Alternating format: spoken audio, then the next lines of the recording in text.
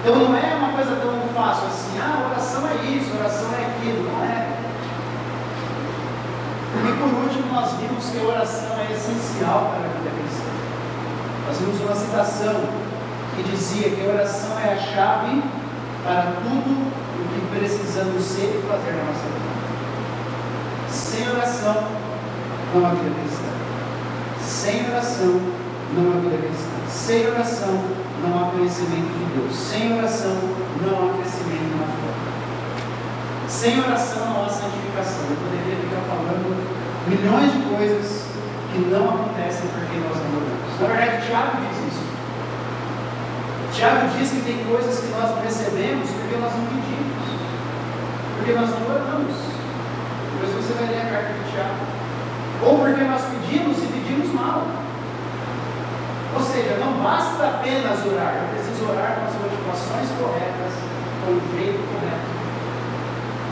E nós vamos ver mais um pouquinho sobre oração hoje, tá bom? Basicamente nós vamos responder duas perguntas, pode passar no seu já. Por que a oração é tão sublime? Por que a oração é tão grandiosa? Por que vale a pena lutar para ter uma vida de oração? Por que sem oração a nossa vida cristã é uma vida praticamente vazia? Porque sem oração não há nada que eu falei antes, não há crescimento, não há santificação. Porque a oração é tão grandiosa, tão central, tão sublime. Essa nós vamos tentar responder hoje. E também, o que é oração? Tem uma definição sobre oração. E às vezes a gente fala, como diversas outras palavras, né? A gente usa, mas a gente não sabe definir direito o que ela significa.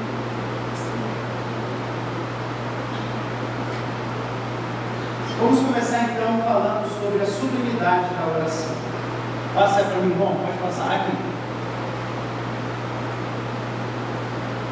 Vamos ler esse texto de Efésios. Vamos ler juntos? Quero que vocês prestem atenção nesse texto. Quando vocês leem juntos, vocês prestem mais atenção. Vai lá, oração de Paulo pelos crentes na cidade de Éfeso. Desde que sou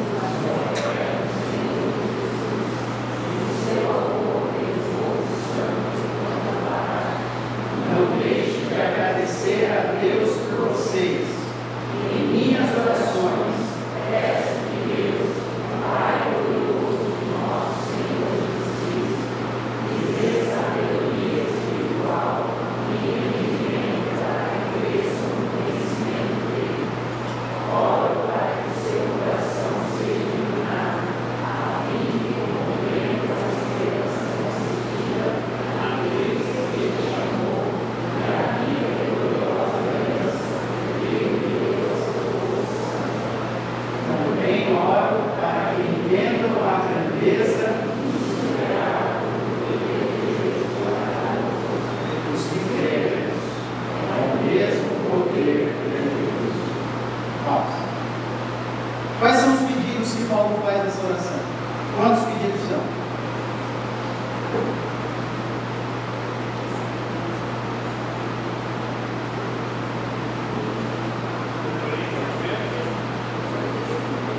Sabedoria espiritual, entendimento,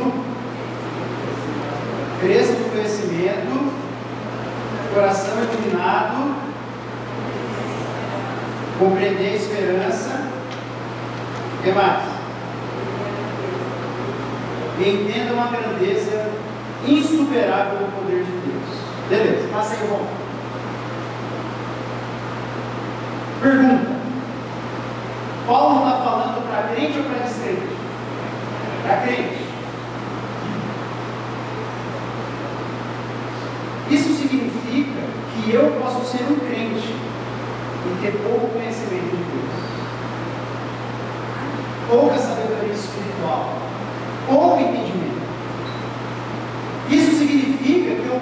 ser um crente e não ter o meu coração iluminado, e nem compreender a esperança. Não é isso? Porque se Paulo está pedindo isso na vida de um crente, significa que eu posso ser um crente e não entender a grandeza do poder de Deus.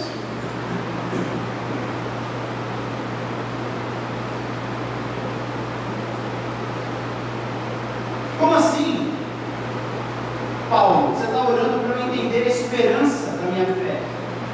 Como assim? Como assim, Paulo? Você está dizendo que eu preciso ter o meu coração iluminado, mas eu já tive o meu coração iluminado pelo Evangelho, quando Cristo alcançou a minha vida. É verdade, diria Paulo, mas eu estou falando de um outro tipo de iluminação. Eu estou falando de um outro tipo de conhecimento. O centro do desejo de Paulo é esse aqui, ó, passa aí, irmão. Para que cresçam no conhecimento dele. Esse é o centro dessa oração de Paulo. E você pode comparar com as outras orações que ele faz pelas igrejas. Você pode comparar com a oração que ele faz em Efésios 3. Você pode comparar com a oração que ele faz em Colossenses 1, em Filipenses 1, e você vai ver que o centro das orações de Paulo pelas igrejas sempre é para que as igrejas cresçam no conhecimento de Deus. Por quê? Vocês lembram de como Jesus falou da vida eterna que nós vimos na aula passada? Lembra? E a vida eterna é esta: que conheçam a Ti, Deus verdadeiro, e a Jesus Cristo, e a Teu Filho aqui em Deus. Esse é o centro da oração de Paulo, que nós conheçamos a Deus. Eu já expliquei o que significa esse conhecimento. Não é apenas um conhecimento intelectual, é um conhecimento de experiência. E Paulo agora vai deixar isso mais claro, porque como se dá esse conhecimento? Para que cresça no conhecimento dele, ora para que seu coração seja iluminado. Para crescermos no conhecimento de Deus, o nosso coração precisa ser iluminado. Essa é a linguagem de Paulo. E você sabe que coração, no sentido bíblico, é o centro do ser, sabe disso, né? É a sede dos nossos sentimentos, dos nossos pensamentos, das nossas vontades, das nossas convicções. O coração, na linguagem figurada, é o centro do ser. É dali que vem os nossos desejos, as nossas decisões. Então, quando Paulo diz que nós precisamos ter os olhos do nosso coração iluminados, ele está querendo dizer que nós precisamos ser transformados por completo pelo conhecimento de Deus. Essa é a ideia. E aqui ele fala especificamente sobre a esperança e sobre o poder de Deus. Quer ver? Essa aí. Uma coisa é eu saber qual é a esperança que Paulo está falando. Nós tivemos uma EBD no passado. Esperança que não falha, sobre a ressurreição. Nós vimos que Paulo usa essa palavra esperança quase sempre para se referir à ressurreição de Jesus, quando Jesus retorna e restaura todas as coisas. Essa terra vai ser restaurada. Uma coisa é eu saber disso. Uma coisa é eu saber que Jesus vai voltar e vai restaurar todas as coisas. Essa é a esperança cristã. Eu vou receber um novo corpo, não vai haver mais morte, nem dor, nem lágrima. Essa é a esperança cristã. Eu sei disso. Mas ter o meu coração iluminado por isso é muito diferente do que saber. É isso que Paulo está orando para os crentes em Éfeso. Eu não quero apenas que vocês saibam, eu quero que o coração de vocês seja iluminado, ou seja, que essa verdade sobre a esperança atinja o coração de vocês e mudem a maneira de vocês viverem, de vocês enxergarem a esperança. Uma coisa é eu saber que Deus é amor. Outra coisa é eu ter o meu coração iluminado com essa verdade, de maneira que isso muda a minha maneira de viver, muda a minha atitude para com Deus. Por exemplo, no sofrimento, se eu apenas sei que Deus é amor, isso não é suficiente. Se eu apenas sei intelectualmente, isso não vai me sustentar. Eu vou questionar a Deus de maneira equivocada, questionar se Ele é errado. Mas se eu não tenho o meu coração iluminado pela verdade de que Deus é amor, eu vou questioná-lo. Eu vou deixar os caminhos de Deus. Quantas pessoas você conhece que deixaram o caminho de Deus por causa de grande sofrimento? Por quê? Porque o coração não estava iluminado pela verdade de que Deus é amor, de que Deus é soberano, de que Deus cuida do seu povo. Porque se estivesse, não teria sido. Uma coisa é eu saber que Deus é poderoso, é entender a grandeza insuperável do poder de Deus. Outra coisa é eu ter o meu coração iluminado por essa verdade e caminhar por fé e dizer: Deus é poderoso para fazer o que Ele quiser. Se Ele me chamou, eu vou. Estão conseguindo pegar a ideia? Uma coisa é eu saber que Deus é santo. Ah, Deus é santo, santo, santo, santo, é o Senhor dos Exércitos. Mas uma coisa é ter o meu coração iluminado nessa verdade. É outra coisa. Ter o meu coração iluminado nessa verdade. Se eu de fato compreendo com o meu coração que Deus é santo, eu vou louvá-lo mais, eu vou reverenciá-lo mais, eu vou amar o que Ele ama, eu vou odiar o que Ele odeia, e eu vou viver em santidade para imitar. Olha como é diferente. Não precisa nem ser crente para saber que Deus é santo. Mas eu posso ainda ser um crente e não experimentar a verdade do meu coração de que Deus é verdadeiramente santo. Então, por isso que o centro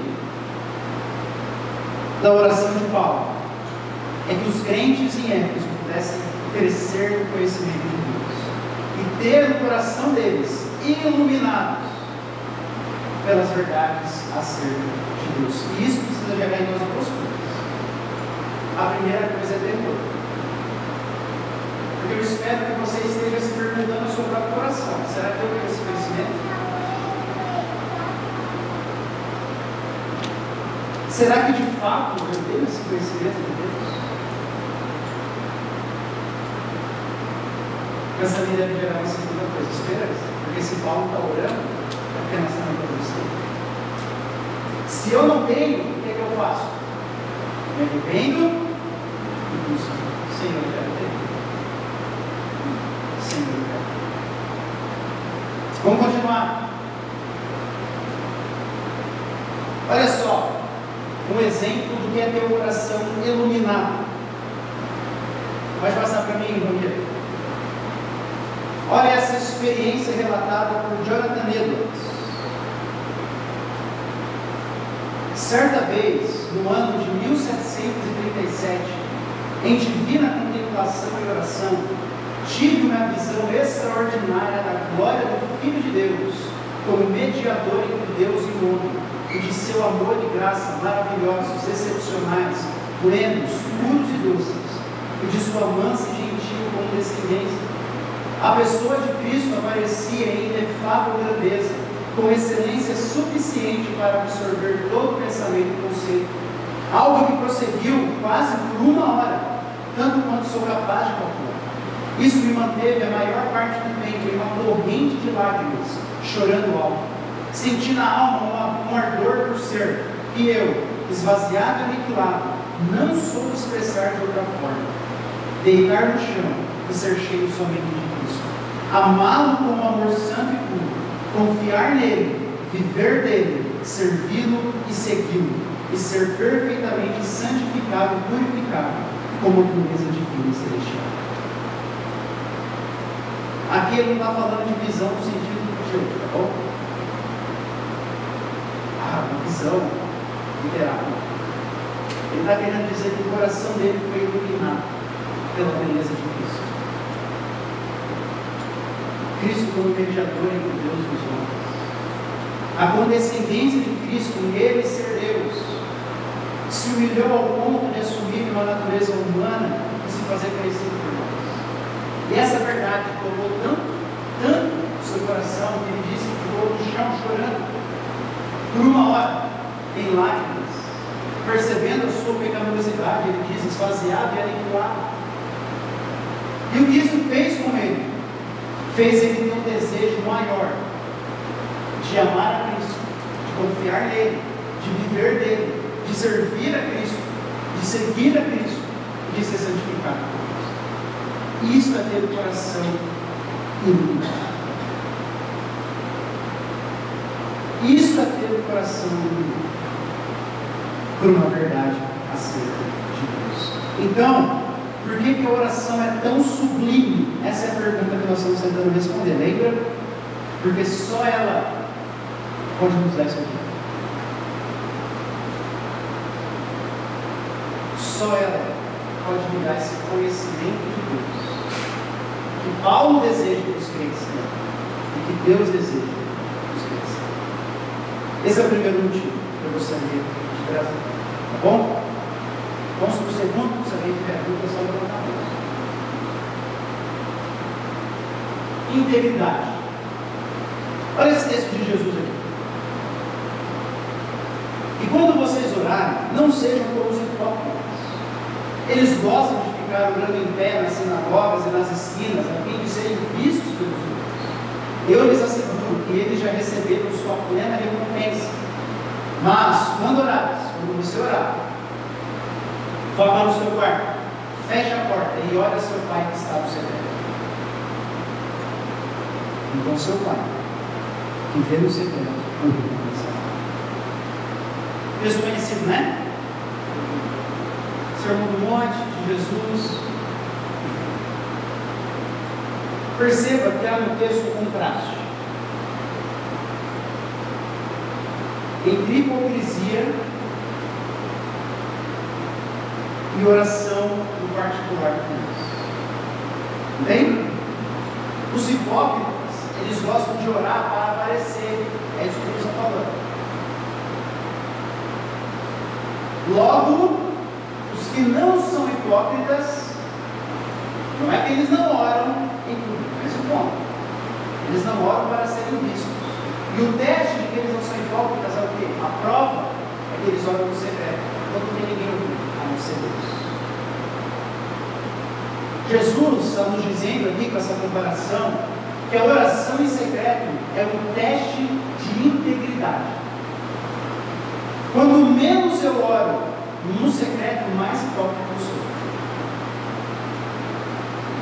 Mais fingido eu sou. Sem oração privada, não existe integridade. Não existe. E por que isso?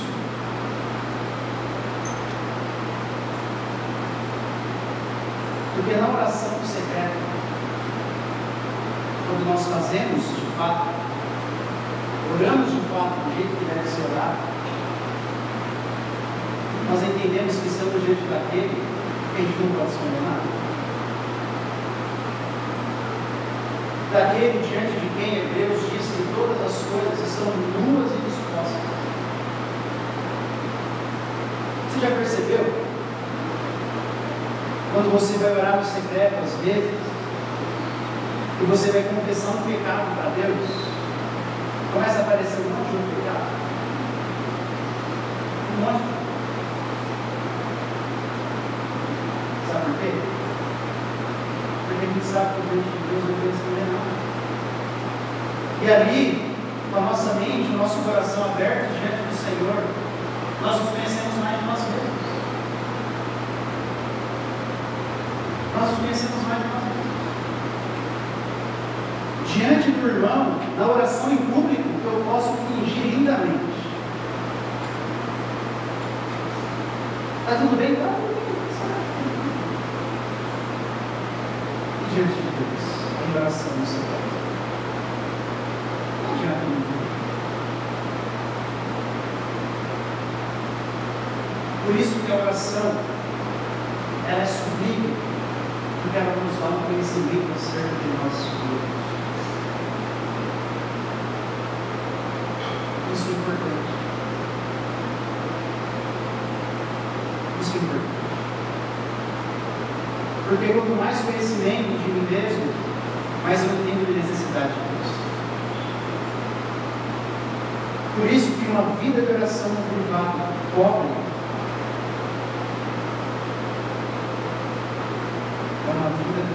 conhecimento de Deus. É uma vida que não entende ainda a necessidade de Jesus. Esse é o ponto.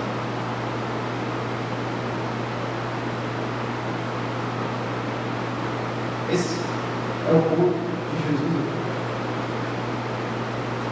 Tem uma frase de um pastor do século XVII, John Owen, ele diz assim, sobre os pastores: o ministro, pastor, pode encher os bancos da igreja, a lista de membros, a bola do público, mas aquilo que ele é quando está de joelhos diante de Deus, em secreto, isso é o que ele é, mais nada. Ou ele está falando assim, não importa muito se o pastor enche de joelhos. Ele está falando para pastores, mas isso aqui poderia ser utilizado para todos os crentes. O seu eu verdadeiro é aquilo que você é diante de Deus, no secreto. Eu posso parecer humilde diante da multidão, mas se eu não sou humilde diante de Deus, de joelhos, confessando os meus pecados, as minhas fraquezas, eu não sou humilde. Eu posso parecer alguém que confia muito em Deus diante do público, mas se eu não sou alguém que de joelhos confia em Deus,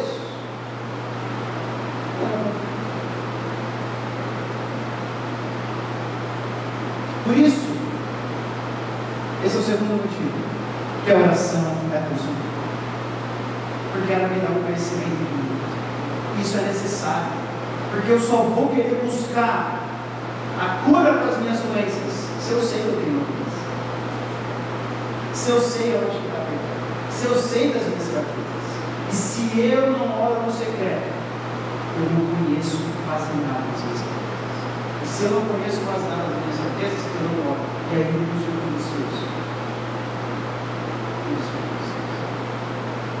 Então esse é o segundo motivo porque a oração é sublime. Primeiro, porque ela me dá o conhecimento de Deus. E segundo, porque ela me dá o conhecimento correto acerca de Deus. E o terceiro motivo,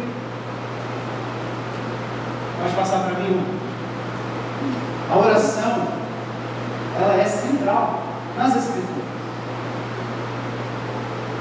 Se uma coisa é central nas Escrituras, do início ao fim, é porque ela tem que ser central nas nossas vidas.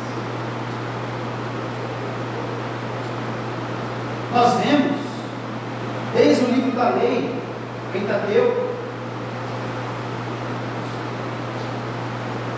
Moisés diz assim: pois que grande nação tem um Deus tão próximo como o Senhor, o nosso Deus, sempre que o invocamos, sempre que oramos a Ele. Olha só o que Moisés está falando. Moisés está comparando agora a nação de Israel e o Deus de Israel com as outras nações e os outros deuses. E uma das diferenças centrais, diz Moisés, para a mente daquele povo, é dizer assim: olha, Deus responde às nossas orações, Deus está próximo quando nós oramos. Ele poderia falar outras coisas, como ele fala em outros lugares, mas aqui especificamente ele diz: o nosso Deus é o Deus que sempre que o invocamos, Ele está perto. Ele não é só em Deuteronômio. Desde Gênesis nós vemos as orações de Abraão. Lembra da destruição de Sodoma e Gomorra? Abraão chega diante de Deus e intercede por aquela cidade. Nós vemos a oração de Jacó. Nós vemos a oração de Moisés em Êxodo.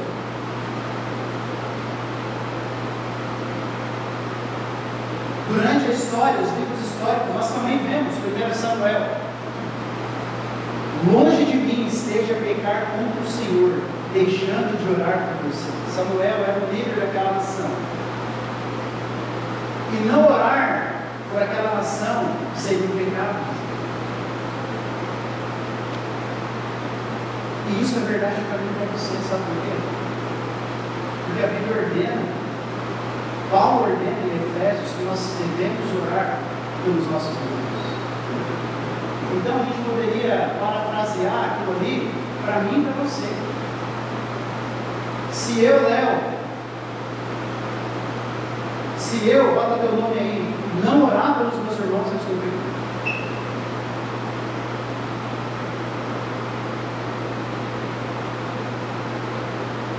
Nós vemos o exemplo de como a oração é tão importante do próprio livro de Salmos. O maior livro da Bíblia é um livro só de orações. 150 orações. Você acha que isso era central ou não para o povo de Deus? Isso deveria ser central ou não para nós? Um livro inteiro. O livro que Jesus mais cita no Novo Testamento. Os dois livros são juntos. Isaías e Salmos.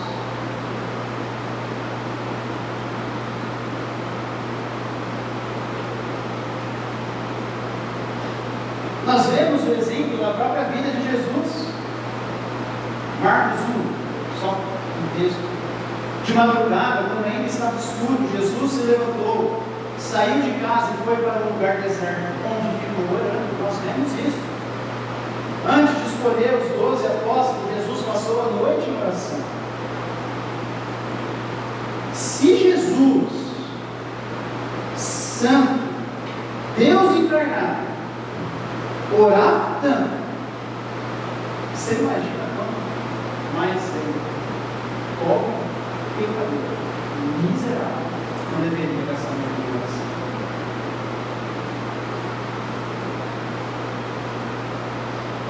Jesus falou muito sobre oração. O Sermão do Monte, parábola sobre oração na última série que nós vimos. E também nós vemos o livro de Atos, nas exposições. Eu trouxe só um exemplo, né? Todos eles perseveravam unânimes em oração, mas não é só essa. Nós vemos que quase sempre, quando a igreja está reunida, eles estão orando.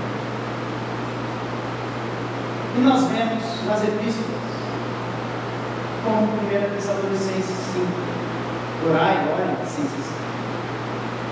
Então a oração é sublime, porque ela nos dá o conhecimento de Deus, porque ela nos dá o conhecimento correto acerca de nós mesmos, e porque ela é central nas Escrituras.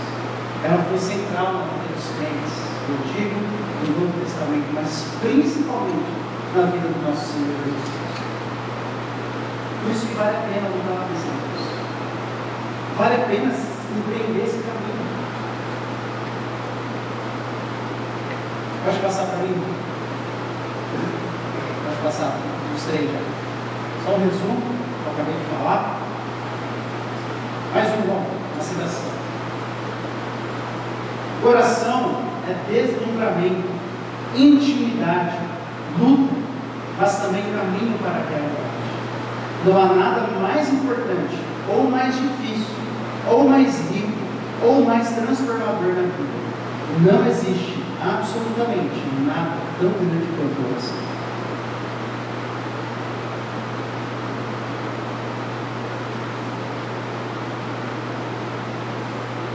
Deixa vocês darem uma mão.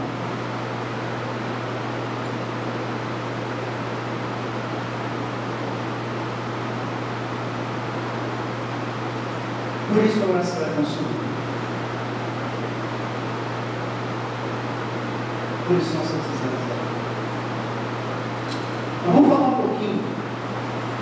Vamos tentar entender o que a gente está querendo dizer com a palavra oração. Passa para mim, irmão, por favor. Pode passar. Só uma mão. Vai. O que é oração? Primeiro, a gente precisa entender que a oração é uma das coisas mais comuns para a humanidade. Em qualquer religião, você encontra pessoas que tentam se comunicar com o ser divino.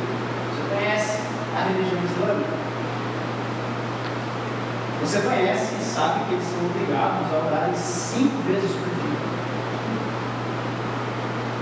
E não orar uma dessas 5 vezes é um pecado grave. Não é um pecado simples, Não é tipo, eu orei hoje, Jesus perdoou, né?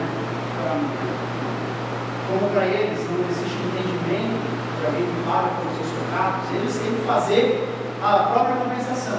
Perder uma dessas orações, sendo uma justificativa justa, é algo extremamente grave. Uma outra grande religião monoteísta, o judaísmo, cheio de oração. Isso é oração para tudo. Tem uma oração dos judeus até para quando eles estão no banheiro fazendo as necessidades.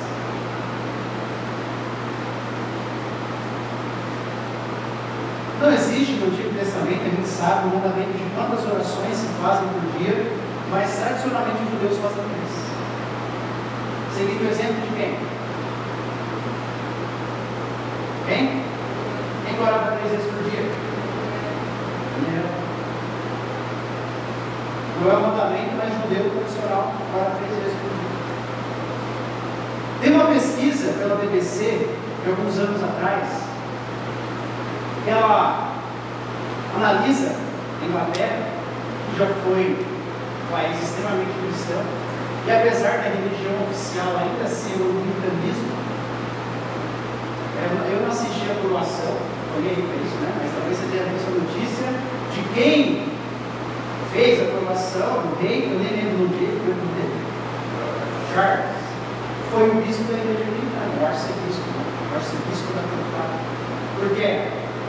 A igreja anglicana é a religião oficial da Inglaterra. Aí você pensa, olha, são todos crentes. Não. Essa pesquisa da BBC mostra que é um dos países mais seculares do mundo. Mas, olha que interessante, daqueles que responderam que eram ateus, de todos os ateus que responderam à pesquisa, 30% dizem que oram. Eu lembro, certa vez, de ver um vídeo em que um cara conhecido, chamado Felipe Neto, dizia que orava.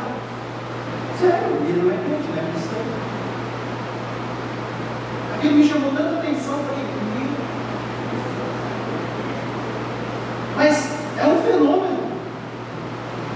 Acontece. E dentre esses ateus, 17% disseram que oravam com regularidade. Mas será que eles oravam para quem? Com Deus? Claro que não. Então será que é oração de verdade? Será que é oração o que o muçulmano faz? Será que é oração o que algumas vertentes da igreja fazem? Por exemplo, eu cresci no lar batista, eu sempre fui ensinado, né, da diferença entre reza e oração, já ouviu isso, né? E reza é quando você só recita, e oração é quando você fala com Deus. Isso é errado. Isso é errado. Porque se fosse errado, eu só recitar orações, não tinha um livro de salmos que eu usava na minha vida. Não tinha. Eu não poderia nem orar o Salmo 23, se a gente gosta disso. Sabe, eu não posso orar o Salmo 23, eu não posso declamar. Ensinar meus filhos a declamar. É errado, não é essa. Mas se eu só tiver esse tipo de oração, será que isso é válido?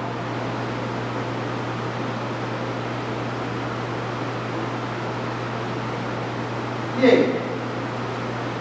O que é oração? Passa para mim.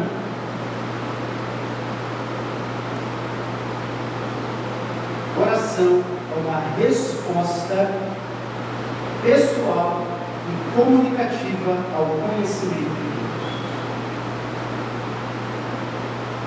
Oração é uma resposta, vamos explicar, pessoal e comunicativa ao conhecimento de Deus. Primeiro, por que é uma resposta? Porque quem deu o primeiro passo foi Deus. Se Deus não quisesse se revelar, eu jamais oraria. Se Deus não me desse o conhecimento dele, eu jamais buscaria isso. A oração é uma resposta a algo que eu já sei sobre Deus. Porque se eu não sei que Deus ouve, por que é que eu vou orar? Se eu não sei que Deus se importa, por que é que eu vou ter o trabalho de falar para Ele os meus problemas? E isso é interessante.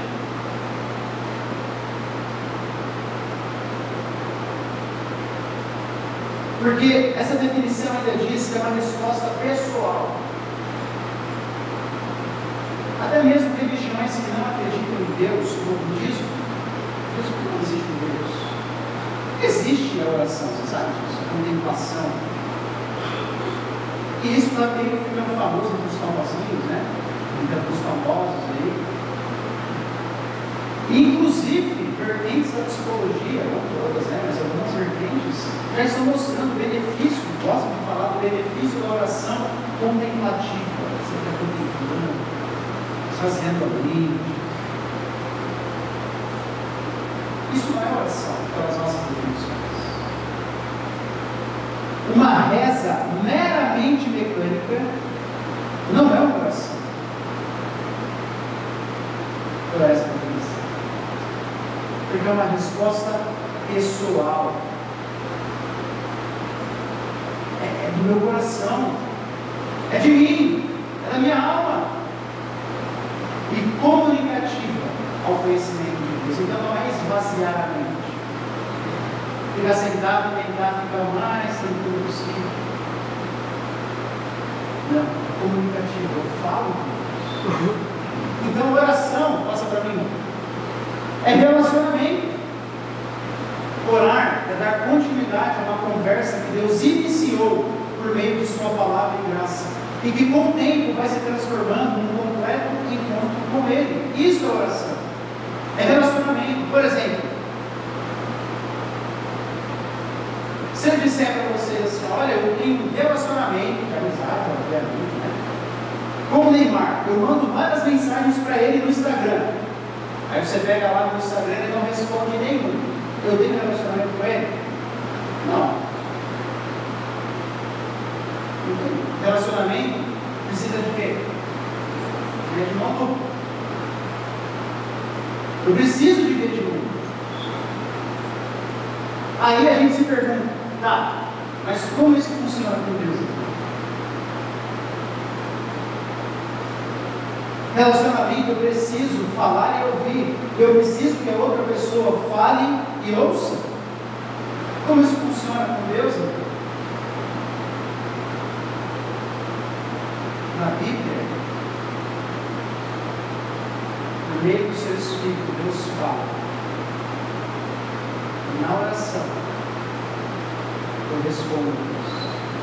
Por isso que a oração é uma resposta. Ela precisa estar firmada aqui.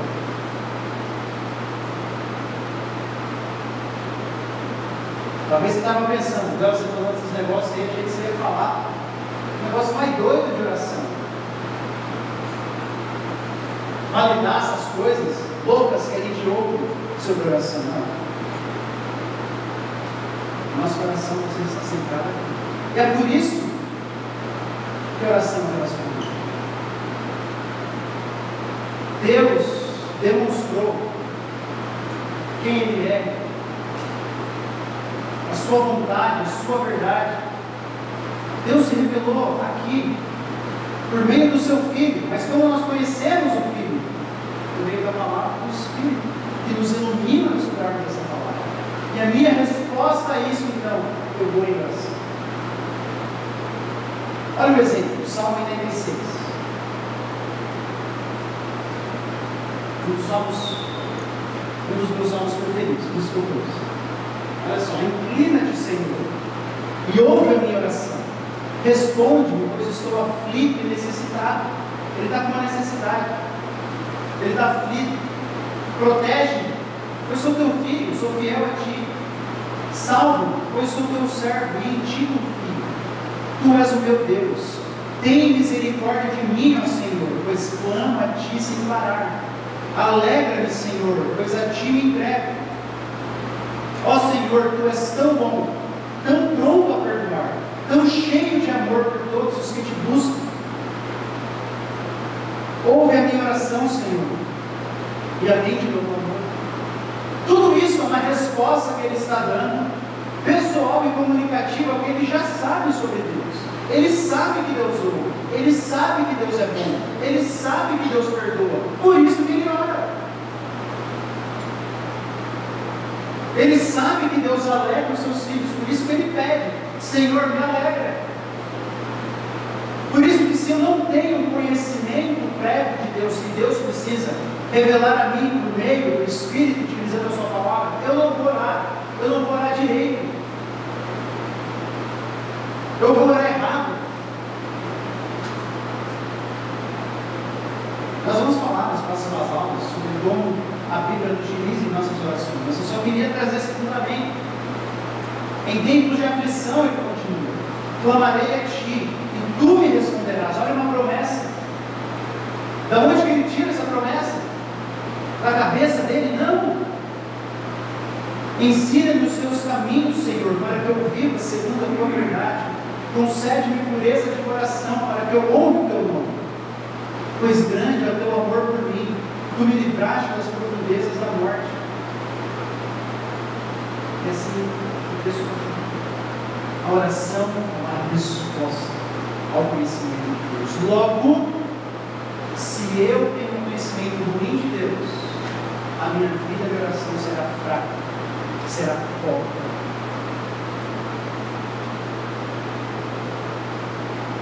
Se eu tenho um conhecimento ruim de Deus, a minha vida de oração será pobre. Logo, se a minha vida de oração está pobre, e aí você pode fazer esse diagnóstico na cabeça: para que eu penso pouco nesse Deus? Eu falo: esse Deus me alcançou, esse Deus entregou seu filho.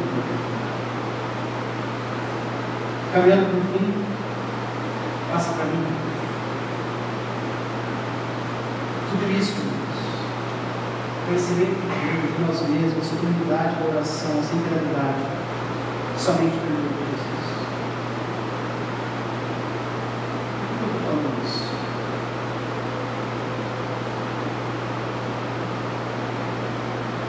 Porque Jesus disse certa vez: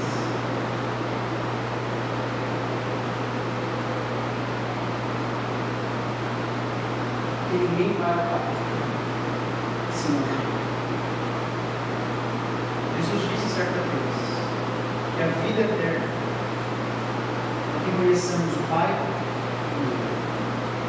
É porque o autor de Hebreus disse certa vez que há muito tempo Deus falou muitas vezes e de várias maneiras aos nossos pais antepassados por meio dos profetas. E aí talvez você diga: Léo, mas eu queria estar lá naquele tempo que o povo orava e Deus aparecia. E aí eu te pergunto: será? Nós vemos isso na vida de alguns relatos. Será que para a maioria do povo era assim? Porque às vezes a gente fica com um pouquinho de vontade, né? De orar e ter aquelas experiências e Deus aparecer, como aparecer para os profetas. Mas aqui o autor de Hebreus está falando: olha, de fato Deus falou de muitas vezes, mas agora, nestes últimos dias, falou-nos por meio do Filho, a quem constituiu o herdeiro de todas as coisas, e por meio de quem fez o universo. O Filho é o resplendor da glória de Deus, e a expressão exata do seu ser. Jesus é a revelação última e maior de Deus. Eu não preciso mais ter aquelas visões que os profetas tiveram para conhecer a Deus, porque agora Deus enviou o seu Filho, e o seu Filho, como está registrado nesse livro. Como diz Paulo aos mesmos Efésios, que nós vimos a oração lá no início: por meio dele, de Cristo, temos acesso ao Pai por um só Espírito, por meio do sacrifício de Jesus. Então não acho, irmãos, que essa vida de oração, esse conhecimento de Deus, é um privilégio para todos. Não precisa ser assim. Às vezes a gente se esconde atrás de desculpas. Não, mas é só para ele. Ele é santo, mulher santa. Não, mas é só para ele está aposentado, não tem mais trabalho, tem tempo para orar. Não, mas olha, minha vida está tão corrida, eu não consigo. Pare de se esconder atrás de coisas. Se eu sou um filho de Deus, o sangue de Cristo me lavou, então eu posso ter esse conhecimento de Deus. Foi Jesus que me trouxe isso. Jesus pagou os meus pecados. Jesus já refez o caminho.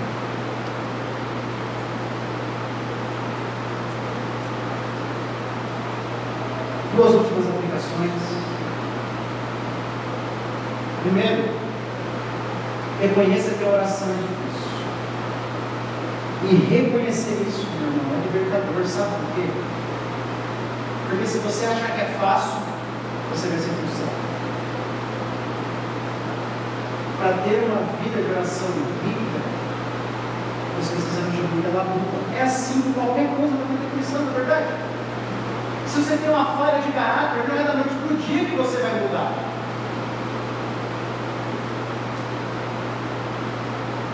Não é da noite para o dia.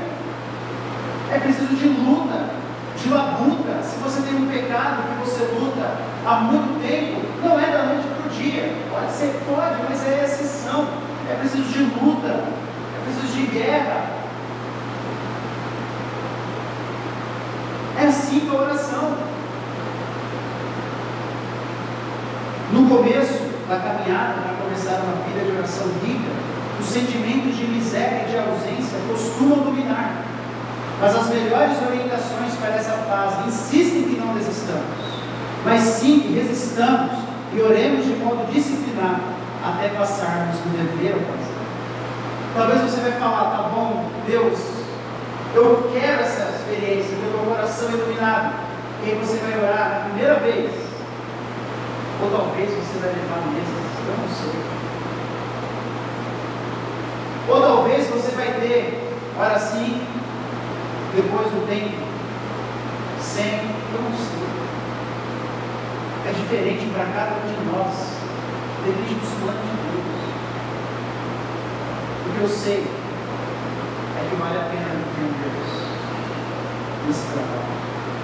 Vale a pena lutarmos por uma vida de oração.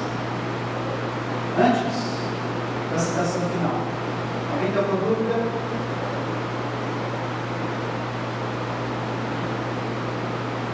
Pode passar para mim. Por favor.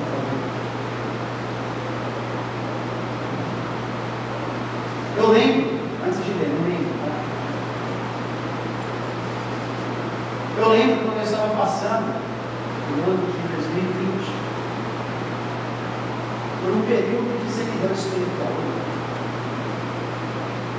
Eu lembro que eu peguei um livrinho bem fininho desse homem. Um livro que se chama Em Busca de Deus.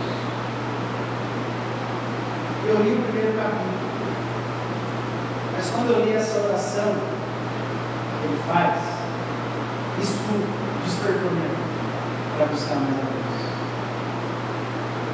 Despertou minha vida para ter uma vida de oração, para tentar com Deus, né? E a gente passa por altos e baixos. E sempre,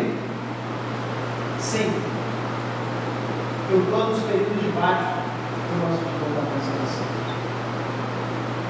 E pegar ela como se fosse minha. Porque ele diz assim, ó Deus, provei tua bondade, e ela tanto me satisfez, quanto me fez desejar por mais. Tenho a dolorosa consciência de minha necessidade de mais graça. Envergonho de minha falta de desejo. Ó Deus, Trino Deus, eu quero desejar-te. Anseio por ansiar-te por inteiro. Estou sedento de mais sede de ti. Mostra-me a tua glória, peço-te, para que eu possa te conhecer de fato. Por tua misericórdia, inicia dentro de mim uma nova obra de amor. Diz a minha alma, manifesta o meu amor a cada dia, e vem comigo. Então, Deus, dá-me graça para me erguer e te seguir, desde essa planície escura, por onde tem trabalho. Vamos orar?